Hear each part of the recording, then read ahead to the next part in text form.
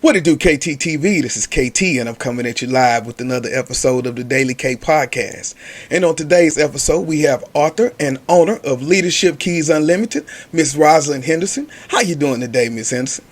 Oh, I'm doing wonderful. Thank you for having me on your show. Oh, I want to say thank you for taking some time out to even just talk to us about all the good stuff you have going out in California and worldwide through the web. All right, so before we get started, I always like to check in, especially with you being in California and the recent developments.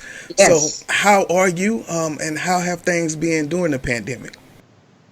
We've been blessed. We've been blessed out here, myself and my family. I lost one aunt, an older aunt, to COVID-19, but the rest of us have been we've been healthy. It's important, and I understand it more than ever, to really abide by what Governor Newsom is saying about putting on our masks and taking this seriously. It kind of surprises me here and there. When I go out and about, I'm surprised at how many people are still resisting, and they're not putting on their masks. You sometimes, you find people just not even believing that it's even true. But, we have the facts, the statistics don't lie. And so definitely myself and my family, we're abiding by everything Governor Newsom is asking us to do because we want to stay healthy. And I encourage that for, anytime I cross someone's path, come on, put on your mask. I told our little neighbor, our next door neighbor, who was just on his skateboard having a great time without his mask. I said, honey, come here. You need to go put your mask on. So I'm doing my part in that, but we're doing well. We're doing well. We're going to fight. We're going to fight. We're going to be okay. Yes, it is a fight, especially like I say here in Houston. It's pretty much the same thing, just growing and growing. Well, Texas as a whole, just growing. So as we get ready to start school, that's when the rubber is about to meet the road. So talking about school. I know that you are an educator, and I usually say former, but my friend said once an educator, always an educator. So a former educator, which is awesome. But moreover, will you please give us some background about you and what you're currently doing? Oh, sure. So I'm a visionary leadership coach. I'm very interested in helping leaders fill in their leadership gaps. So we do a lot of skill building, but I also provide a place for leaders to be for real. Oftentimes when you're a leader, where do you go to talk about your failures? Where do you go to talk about your depressions and anxieties and other things? And so I always try to create a safe space for leaders to do that because the way I look at it, the stronger and the more potent a leader is, the greater stability we have ultimately in our communities and institutions. We're in a leadership crisis. I see it all around me. I know you do too.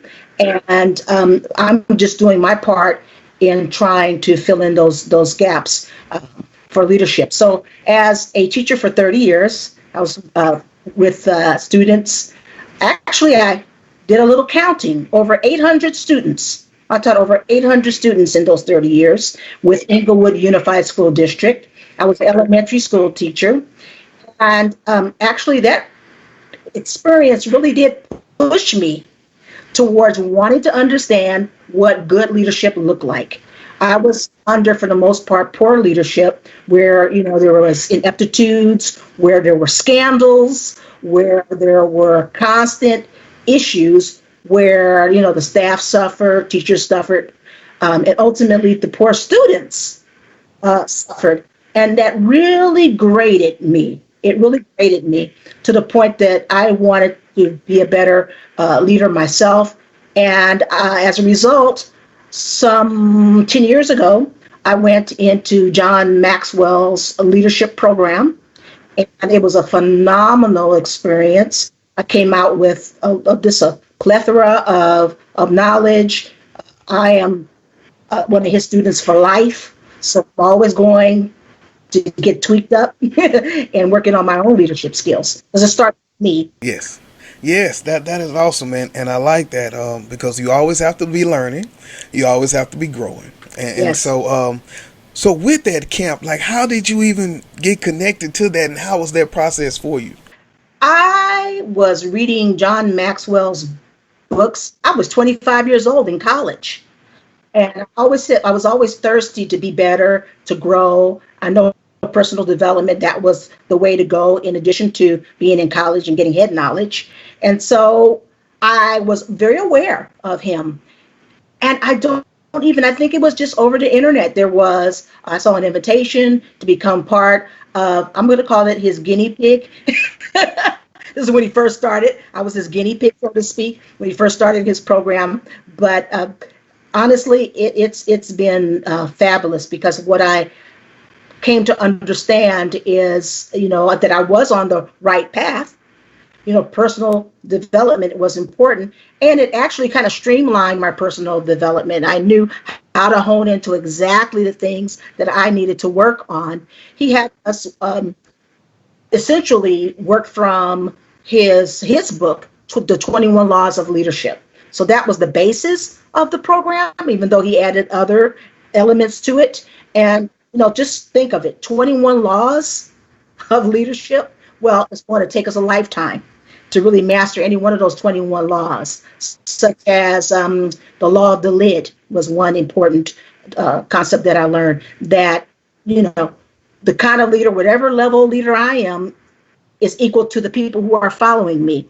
So if I find that maybe if I was looking at a scale from 0 to 10, 10 being the most potent leader, and I was a 5, well, 4s, 3s, 2, 1s, they would be following me. Okay. So if I wanted to be a more impactful leader, then I needed to elevate myself. I needed to become a high caliber leader if I wanted to associate with high caliber people. So that was just one of many laws. The law of connection, for instance, that's law number 11, about us really learning how to connect with those who are following us. And we're basically talking about emotional intelligence in a sense. If I need to be able to show my empathy towards those who are following me, I need to recognize their humanity as I'm equipping them and leading them. That this is really, really important, that we find in many ways that we connect with those who follow us, because once they truly know you care, they'll follow you anywhere, you know. And so it's those kinds of things. And also, I'm a Christian, and he happens to be a Christian also. So the laws that he's referring to basically are in the Bible. However, he doesn't talk chapter and verse, but I wanted to grow my leadership on Christian principles. Wow, that really inspired me. Just those pieces right there was something to make me reflect. And just think about, as I jump back into the school year. How do I want to really set the standard with this thing coming back? So, thank you for that quick tidbit. All right. So now, as you work with leaders, and you've been doing this for a while, has there been any single one theme that you've seen go across leaders, across careers? I see with a lot of leaders, the intent is definitely there. And I think sometimes they confuse the position of leadership. I know, for instance, Kendrick, you are a VP, correct? Yes. Okay. So you have that position of leadership, and people confuse that with being a leader. That's two separate issues altogether. To become an authentic leader, one who's impactful, I think it needs to start with our ability to lead ourselves. And you'd be surprised how a lot of leaders have issues in that arena. And it starts with really being able to know ourselves like the back of our hand, really understanding who we are. We oftentimes look outside of ourselves to fill in gaps, or we look outside of ourselves to see what the mission is for us. But while we are to have role models outside of ourselves, a lot of leadership is inward work. It really is, growing and changing and understanding what our purpose is and how to execute it more excellently, to understand what we're great at as leaders and what we need to work on, because that's really important to understand that. I also find that a lot of leaders, they do struggle with things. I call it the mental set or mindset. So they deal with sometimes problems with emotional regulation. Sometimes they're dealing with stinking thinking, or self-talk, negative self-talk, and negative thought patterns that really began to get in the way of being effective as you can be. So I see that as an issue with quite a few leaders, and just really finding that balance between work life and your personal life is an ongoing struggle.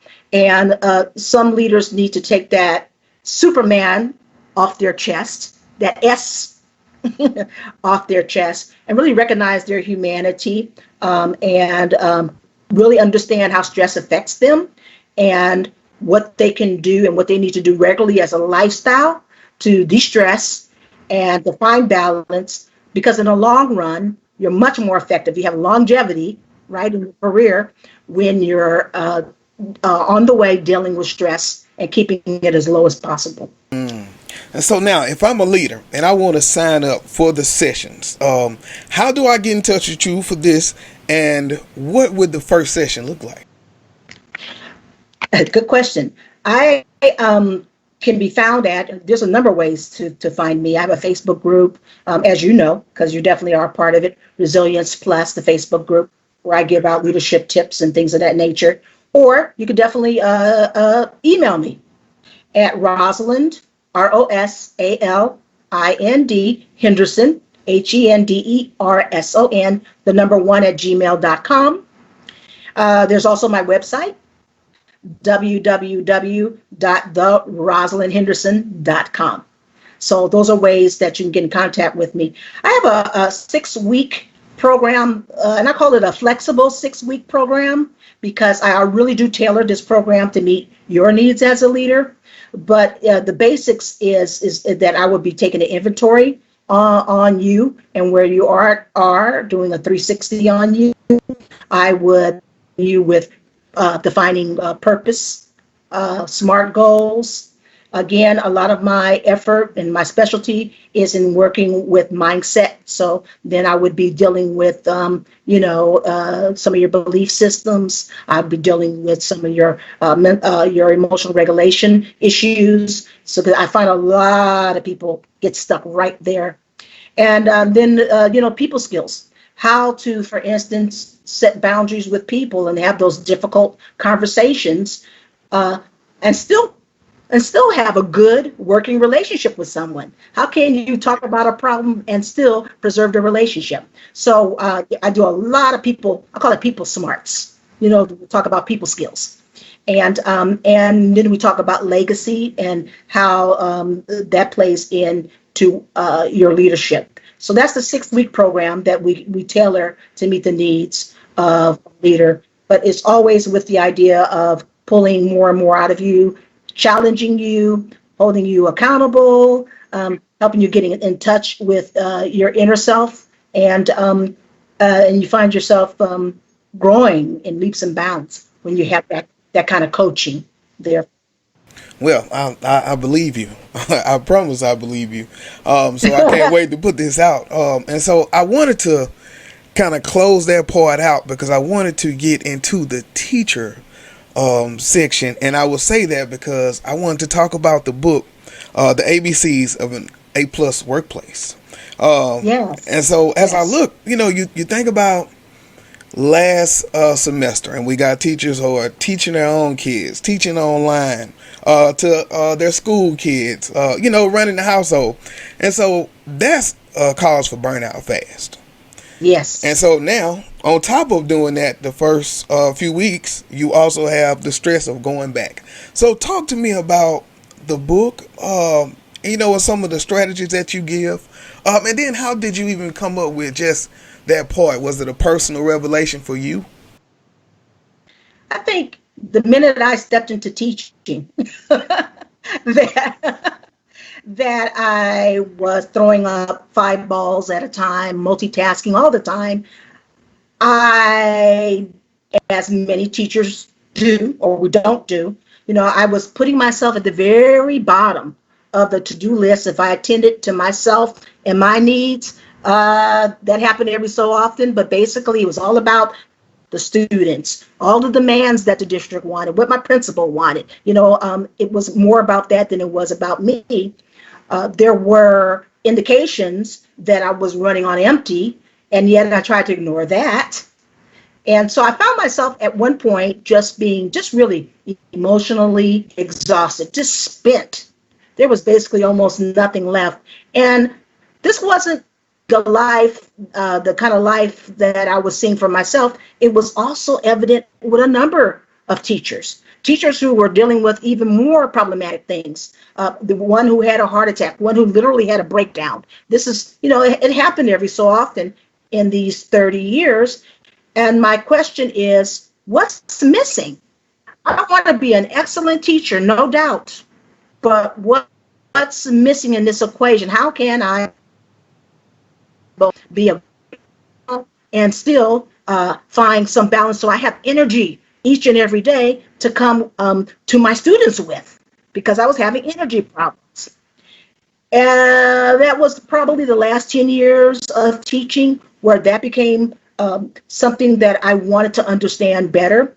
Out of that came the book, the ABCs of an A+ workplace, because specific to teaching, I wanted to teach tactics, and I wanted to give them strategies to help them protect their energy and to make more energy, and to know when they've hit their stress load, and to even convince them. Let me just go back to the very beginning, to even convince that they needed to attend to themselves much better than they were. That alone has been interesting to see how much teachers fight with you when you say you need to take care of yourself.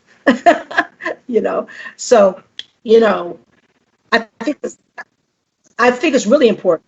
So that's the origins of the background of the book. I want to say that part is very important, though, because it happens so fast, and sometimes you have to understand that it's okay to take care of yourself. I know so many selfless teachers, and they come to work and I'm dying, I may have the flu or something, and it's just Yes. take care of yourself, And so I'm glad that my principal, is showing me that side of being a leader, and so just hey, people first, And so that's what I'm loving about this. So now I know that you're doing the group, and are you doing any lives through the group or the Zooms, or so how are you holding some sessions? Are you doing any sessions with the books?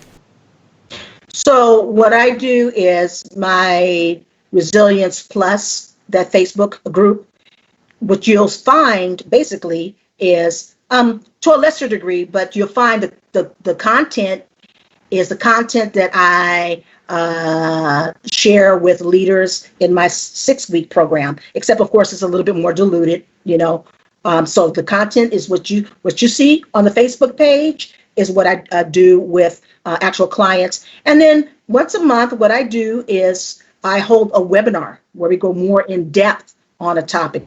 This month, we're talking about how to lead ourselves into personal greatness.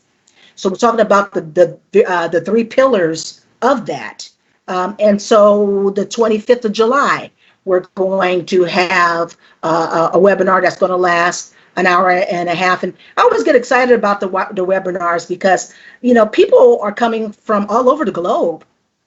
I might have 30, 35, 40 people. And, I'm from the Fiji Islands. I'm from Scotland. I'm from some part in Africa. And I'm just like, wow, the message is really getting out there, and people are really interested in the topics that we're discussing. And you oftentimes find that after the webinar is over, people want to hang around and talk more, about this. And that is just always just warms my heart, because if I can equip as many people as I equip through leadership training.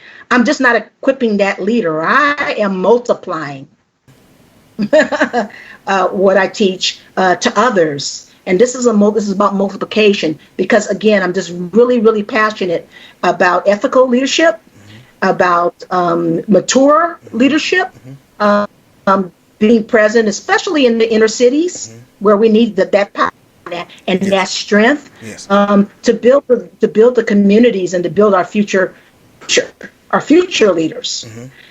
So that's my I get really excited about that. Yes, yes, that you should though, because it's some good stuff. Like you say, just if I put into place just the part that we talked about today about just living on a higher level when I lead, I mean that affects at least the 25 teachers that I supervise. Because now I raise them up. We all gonna raise up. So I think when you take those 40 people and you multiply that by so many, by the work, I mean it's hey. But that's why you here, because you're awesome. And, amen. All No, right. and you're wonderful job, Kendrick. I see you, on Facebook, and all of the things that you have your hands on, and it's some really priceless things that you're doing. And so you're definitely on the road. You're very powerful and charismatic, and I'm sure that you're doing excellent at your school. And I want to just encourage you to keep on. It's a hard path to continue to grow and to be responsible. But I don't think leaders really understand that they have all the power in their hands. You can create, Kendrick, work culture where the teachers will run the school. They'll love to run the school because they just love them some Kendrick and his leadership, and how he interacts with them and brings out the best in them. We can have that, and leaders are in charge. We're ridiculously in charge of the kind of work cultures we create. Yes. Yeah. Well. All right. So I'll thank you. Yeah. Before we go and close it out, I like to just leave with something inspiring for the audience. And so as we get ready to start school, and I think about all the leaders who will be with me flying the plane as we build it for the second half. Do you have any words of encouragement for those leaders as we head back, or wisdom? Absolutely. Well, just absolutely. I think in times of uncertainty, I know you and the principal will rise to the occasion. There's fear. There's a lot of fear. There's anxiety. What is this new normal looking like? What does it feel like? I think more than anything right now, if I wanted to lean on one aspect of leadership, that is in providing a sense of empathy, understanding, support to the teachers, showing that you truly care and understand where they're coming from, but at the same time, nonetheless, holding a high standard for the teachers at the same time. So again, it's that balance. Look, I care. I want to hear, or what some of your struggles are as you're trying to get adapted to this new normal. But we still have our standards, and I need you. I think these teachers need to know how much you need them to be a part in settling the school down in terms of establishing the new normal, in terms of making this work. Without your teachers on board, because they have to believe in what you two are doing, but they're definitely a major part of this equation. And I think that when we're working together and we really feel the care amongst ourselves, there's nothing we can't overcome. There's nothing we can't. I agree. All right. Well, I thank you. Now, for the people who didn't get it, will you please give us the contact information one more time? Sure. The contact Rosalind Henderson. Guess what? The email is Rosalind Henderson. ROSALIND Henderson HENDERSON 1 Or you can reach me at my website, which is www.therosalindhenderson.com. If you're a Facebook lover, I would encourage you just look for the group Resilience Plus. Resilience Plus, and just ask to be added. I would love to add you to the group and train you that way as a leader. Whatever I can do, I'd be proud of that. I sure appreciate that today, Miss Rosalind. Awesome jewels that you dropped. I can't wait to just hopefully bless somebody with this information. All right. Thank you so much. It's been an honor. Yes. I'm glad we were able to get together. All right. Thank you. This is KT for KTTV signing out. 100.